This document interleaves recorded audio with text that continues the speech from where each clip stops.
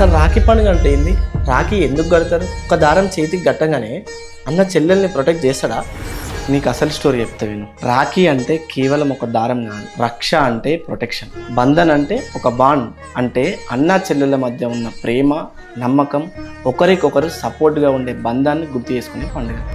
అంటే రాఖీ కట్టంగానే ఇక్కడ నుంచి నీ సెక్యూరిటీ నా రెస్పాన్సిబిలిటీ అని చెప్పడం అన్నమాట.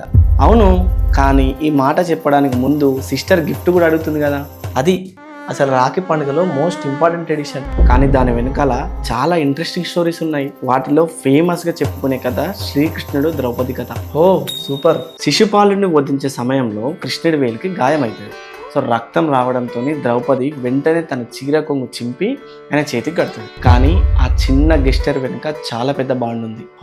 ద్రౌపది చూపిన ఆ ప్రేమకి కృష్ణుడు ఆమెను ఎప్పుడు కాపాడుతానని మాట ఇచ్చిందంట. సో తర్వాత కౌరవుల సభలో ద్రౌపదికి అవమానం జరిగినప్పుడు శ్రీకృష్ణుడు ఆమెను కాపాడిండని మనకు మహాభారత కథలో ఉంటుంది. అంటే రాఖీ వెనుకున్న అసలు మీనింగ్ ఏంటంటే, నువ్వు నాకు చేసిన చిన్న సాయం కూడా నేను మర్చిపోను అని అన్నమాట.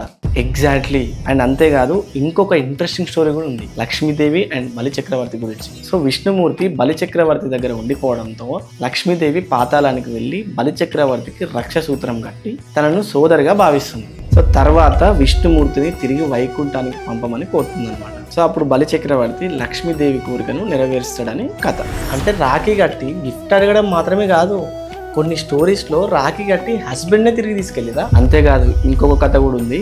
యమున తన అన్న అయిన యముడికి రాఖీ కడుతుంది. దాంతో చాలా సంతోషించిన యముడు ఆ రోజున రాఖీ కట్టించుకుంటున్న సోదరుడికి దీర్ఘాయుష్షు కలగాలని వరం ఇస్తాడు. ఓహో, అందుకనేనా రాఖీ కట్టేటప్పుడు మా అన్న ఎప్పుడు బాగుండాలి అని కోరుకుంటారు. అంటే మొదట్లో రక్షాసూత్రం అనేది ఎవరినైనా కాపాడాలని కోరుతూ కట్టే పవిత్రమైన దారంగా ఉండేది.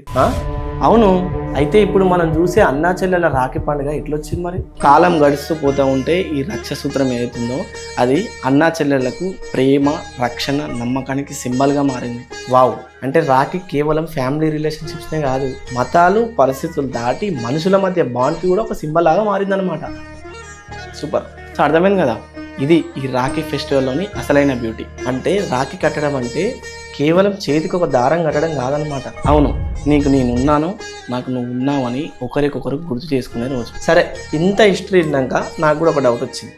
ఈసారి రాఖీ కట్టించుకొని మరి ఏం గిఫ్ట్ ఇవ్వాలి? మీ బాండ్ ఎంత స్ట్రాంగ్గా ఉందో దాన్ని బట్టి ఇచ్చేసేయి. సో మీకు రాఖీ పండుగ వెనుకున్న ఈ స్టోరీస్లో ఏది ఇంత ముందుకు తెలుసు అనేది కామెంట్లో చెప్పండి. సో ఇలాంటి మన పండుగలు, సాంప్రదాయాలు వెనుకున్న ఇంట్రెస్టింగ్ స్టోరీస్ అండ్ హిడెన్ మీనింగ్స్ని తెలుసుకోవాలనుకుంటే ఇప్పుడే మన పేజ్ని ఫాలో అయ్యండి.